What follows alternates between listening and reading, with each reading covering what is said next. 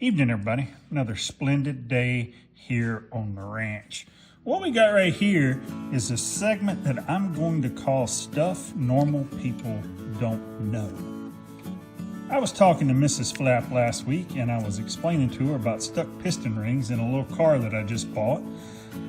And she kind of looked at me lovingly and said, well, what does that mean? I said, well, you know, it's where your compression rings get stuck in the groove and they can't spring out against the cylinder wall, and you end up burning a lot of oil and they smoke real bad, and it's not good. And she looked at me and said, what? And I said, you know, your compression rings on your piston. And she said, you do realize that that's stuff that normal people don't know, right? So I figured I would show everybody what a piston and piston rings, compression rings, and all look like. Now this little piston right here happens to be out of a Briggs & Stratton single cylinder engine, but it doesn't matter.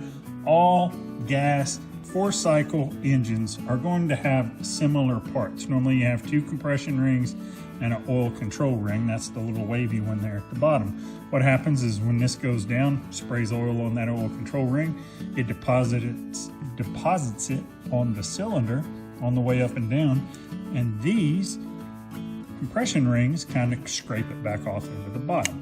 Now, you'll notice that these are considerably bigger than the piston. When you put them in the cylinder, you have to compress them down.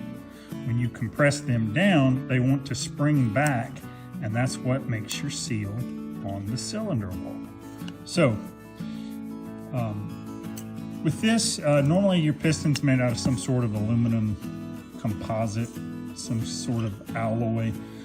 This is your connecting rod. It's all held together with a wrist pin there. This would go on your crankshaft. In an automobile, these are going to ride on a bearing on your crankshaft. So there you go.